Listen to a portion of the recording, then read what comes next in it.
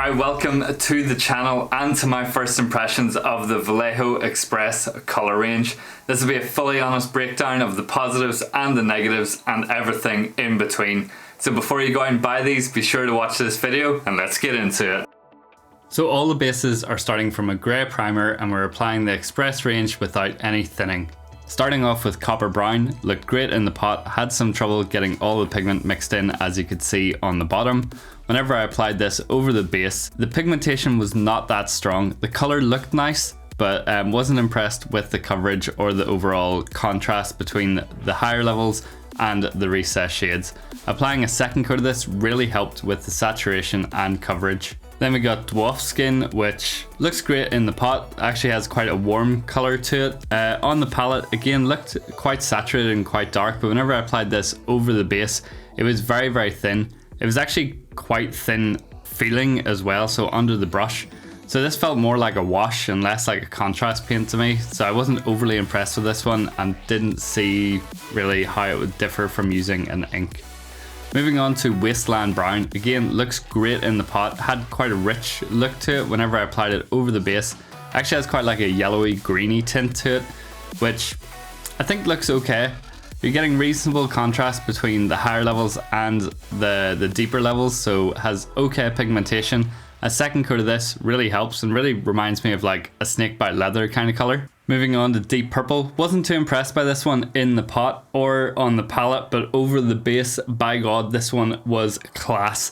Love this color, love the pigmentation in this one as well. Super saturated, super pigmented, looked fantastic whenever it dried.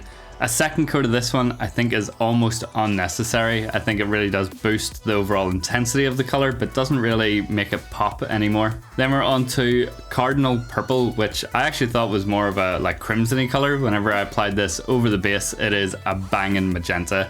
Again, super pigmented, really bright, vivid color. Looked great whenever it dried, and a second coat of this just really helped to boost the intensity. Definitely fantastic. Onto Velvet Red. So this one looked like quite a deep red, like more so than corn red in the bottle, and on the palette looked really good. Whenever I applied this over the base, was really happy with the color, the coverage, the saturation and pigmentation of this one. It's probably a wee bit too dark for your Blood Angels, but this one would work great for like Word Bearers, Corn Berserkers, all that sort of thing. Really nice color. Definitely rate this one. Plasma Red, which I'm assuming is meant to be more of like blood red kind of color. Looked great in the bottle, looked great on the palette. Not so great over the grey base. This one kind of has a bit of an orangey tint to it, although the color is great and the pigmentation is great.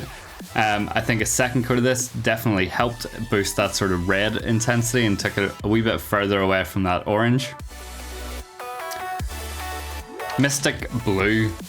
Looks great in the pot, really intense, looked great on the palette. Whenever I applied this over the base, I thought this color was fantastic.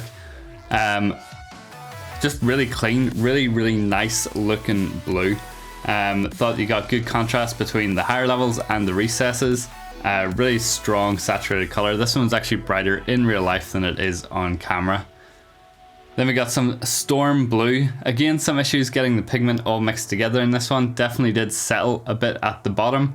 As far as the color goes, I wasn't a huge fan of this color. It's quite like a desaturated, boring blue, to be honest. The single pass wasn't overly impressed with the pigmentation. Second pass definitely helped. So off the top of my head, the closest comparison might be the Fang, but this is a wee bit more blue. Onto Space Grey, again, pigments kind of settled to the bottom. Took a lot of shaking to get this one all incorporated. As far as the color goes, I think it would be good for Space Wolves or something like that. So the first pass by itself kind of gives me more like icy base kind of vibes, but with the second pass, I think you've definitely got the intensity and the saturation needed to go for Space Wolves armor. Onto Snake Green. In the palette, I thought this one was going to be like kind of a dark greeny blue, but applying this over the base, I was really mistaken. This one was gorgeous as well. Super color. Nice contrast between the highlights and the shadows. Real good intensity, really strong color. Actually looks better in real life than it does here, but kind of similar to Cavalite Green, just a bit more intense. Onto Caribbean Turquoise here. This one I thought was going to be super dark as well from the bottle and on the palette, but again over the base this one is fantastic as well. Beautiful, beautiful color, really strong pigmentation is in this one. You can see between the recesses and the highlights. Super strong. The second coat was almost not needed. This one is banging. Onto Templar White. Again, a lot of trouble getting this one mixed. Pigment really settled to the bottom. Applying this over a grey primer, I think probably set it up for failure quite early. I don't think there was enough differential between the colour and the actual base, so I think this one would work better over a white base than grey. But overall it gave me an adequate amount of shading, and I think it would work quite well over white. So onto Black Lotus. You can already see in the pot this one's quite a blue black, so it's not like a neutral black. Applying this over the grey base, I wasn't impressed with the pigmentation or the color, if I'm being honest. It is quite thick as well. You can see the brush strokes coming through a bit there. Even with the second pass, it's not that intense. I think this is more suitable for like bolters, rubbers, things like that, but definitely not black armor for me. So on to Gloomy Violet. This one looked fine in the pot, quite dark as well. Even on the palette, quite dark. Applying this over the base, great color, lovely color. Pigmentation was okay. It wasn't the most pigmented color, it wasn't the least. Good contrast between our recesses and our highlights, which was nice. A second coat of this really did bump the saturation and intensity of the color. Really, really nice finish. So Mega Blue this time. I think this one's probably meant to be closest to Ultramarine Blue. Super, super intense blue here. Really good saturation, really good pigmentation, really nice contrast in the recesses. Almost goes dark, like almost black in some of the sections. There's so much pigment there. A second coat of this one was very, very nice as well. Big fan of that one if I'm doing ultramarines. So now we got Lizard Green. This one looked like a super deep emerald green in the pot and on the palette. Applying it over the base, again quite pigmented, quite rich, super dark in the recesses. Nice enough contrast between the highlights and the recesses. Very good with a second pass. Don't know if I'll be using this on lizard men, kind of feels more like orcs to me. But now we got some Troll Green. This one looked super, super bright in the pot, and it was super, super bright on the base after the first pass as well. Nice color, nice pigmentation, not the most pigmented one in the range, but you did get really good contrast between the lights and the shadows with this one.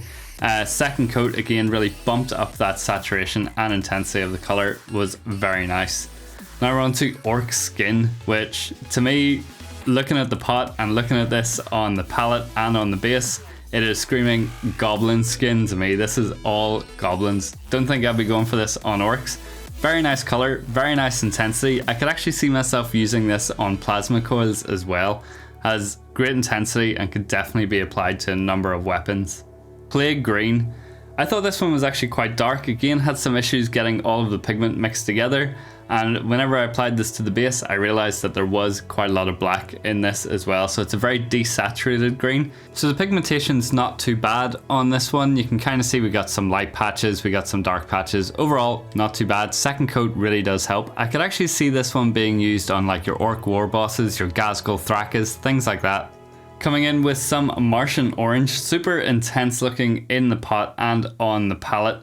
Applying this over the base, pigmentation wee bit weak, coverage and flow was all fine. Definitely did benefit from the second pass. You can see that there's not like a huge amount of variation over some of the sections, but nice pigmentation in some of those recesses and some of those flat panels where it collected. Onto Nuclear Yellow.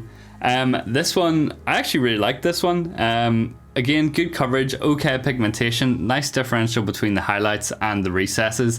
This could actually be quite useful as a glaze for non-metallic golds. Also for like pustules, nodules, and different things like that on your Nurgle boys. Definitely getting those vibes. And last but not least, we got Imperial Yellow. So I'm assuming this is what you're meant to use for your Imperial fists. Overall, really nice color in the pot, nice color on the palette. Seems to have good pigmentation for a yellow. Whenever applying this to the base, does go on nicely, no real issues. So you can see that there's not too much contrast between our highlights and our shades in this one. I think a second coat of this really does help boost the intensity, and I could definitely see myself using this on armor panels. So if you've watched some of my other videos, you know I'm a fan of a wet blend, so I wanted to see what would happen if I tried to wet blend these colors together. So I've taken Mystic Blue and Omega Blue here, and I'm just going to smash them together on the base and see what happens.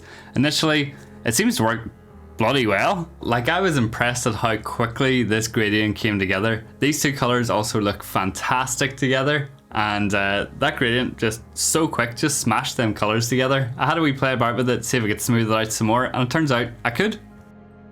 I decided I would try it again with some warmer tones this time, so I've got Imperial Yellow and Plasma Red this time, and again, just works. Yo, like, wet blending with these colors is fantastic. Requires minimal effort, pretty much no work. Just slap down the colors, let them sort of bleed into each other, and then kind of work them together a wee bit, and it just seems to work like super well. I was really happy with how quick these blends came together. Literally no effort. So the wet blending worked so well, I thought I would even try it with complementary colors. So I've got Velvet Red and Lizard Green here. We're going to try and wet blend those. So I'm just slapping down the red, I'm going to slap down some green, and we're going to see what happens. So whenever you mix complementary colors, you generally get like muddy browns, black colors, very desaturated tones, obviously, because they cancel each other out. So the fact that the intermediate color that's appearing here is quite dark is a good indication that they're quite pigmented, but also came together relatively quickly as well, reasonably smooth. But overall, thought it was quite cool. Now this is a 24 paint set at the minute. 23 of them are colored, and then you get the medium. So obviously I wanted to see how the medium affected the colors, so I'm progressively adding more medium to the Caribbean turquoise here to see if we can create a transition from a more pigmented version to a less pigmented version. So each time I go back to the palette, adding more medium and then onto the base. So as you can see, the color still has a nice tint, and it still flows well and behaves nicely with the medium, so that's all that you really want from that. So a lot of the time whenever I see people using contrast paints, they apply the color and then they apply the medium over the top to try and smooth it out. So I thought we'd give it a go. So I'm just slapping down some medium on top of the color here just to see what happens. You can see on the left side I have left it too long, and I now have this coffee staining between the two, so you have to be quite fast whenever you're doing this. Adding the medium kind of makes the paint more viscous, so it has a bit more tension, holds itself together, and doesn't sink into the recesses as much. Alright, here we are for the final thoughts. Overall, I think this is a good range of contrast paints. I think there are a number of standout colors within this set, and a number that just maybe don't reach the mark. The standout ones are Deep Purple, Cardinal Purple, closely followed by Snake Green and Caribbean Turquoise. It was a hard toss-up between the blues. I think Mystic Blue is probably just a wee bit better than Omega Blue, but those are like my top 5, top 6 paints in this range. After that, there's a couple of colors that fall into what I would say is the good range within this set, and they are Velvet Red. I think it's a very nice color. It could definitely be used for word bearers, corn berserkers, things like that. Then we're on to Copper Brown and Wasteland Brown. I think they're both great colors with good applications for leathers, hairs, furs, things like that. Very nice coverage, very nice colors. I think then we're heading on to the two yellows. So we've got Nuclear Yellow and Imperial Yellow. Both have good uses. I could see them being applied in many areas of miniature painting. So I think Lizard Green, Troll Green and Orc Skin were all very good. They've all dried nicely. They have good saturation after 2 applications. I would maybe apply them to different things, like for goblins, maybe like plasma weapons, and maybe orcs for those, not necessarily for like lizard men. Plague Green, on the other hand, just doesn't have enough intensity, but with 2 passes you could definitely apply this to Plague Marines or other Nurgle based units throughout the games. So I think then if we look at Plasma Red, I just don't think it's the right kind of color for Blood Angels. I think it's still nice and might have some applications, maybe for some like weaponry or something, but not necessarily as a full Legion or chapter color. So Black and White, I don't think Black Lotus could really be used for black armor. I think it's too blue. It's also too weak. I don't think it has enough intensity to really get the coverage or color that you would be after. Rubbers, weapons and things like that, it could definitely pass for, and I'm pretty sure you could use it in that area. The white, it seems to do the job. I think I kind of put it at a disadvantage with the grey base, and it would definitely do better over white. So would I go out and buy this set again? To be honest, probably. I think if I was going to do it, I'd maybe skip out on a couple of colours here and there, but I think for less than £70 for all 23 paints, it is a good value offer. I know this range was built out with Angel Geraldez, hopefully I've said his name right, but they're looking to expand the range. I think it's up to 60 colours and they're working with JH Miniatures for that. So I'm looking forward to seeing what they come out with in the future. Now, if you'd like to see me use these paints in some tutorials or on some models, please let me know in the comments below. There's also a link to Element Games if you want to have a look at this range. If you've enjoyed this form of video and you want to see me review any other products in the future, please let me know in the comments below. Hopefully you found that useful. If you have any comments, questions or suggestions for future videos, please drop them below in the comments. And if you want to take your painting to the next level, I have a Patreon that's focused around feedback and coaching. You also get access to exclusive guides and content. If you want to show me what you've been working on or what you've been using these videos for, please head over to the Discord and drop some pics into the whips or the completed projects. I would love to see what you've been doing. Just want to say thank you again for watching, and I'll catch you at the next one. All links can be found below in the description, and don't forget to like and subscribe.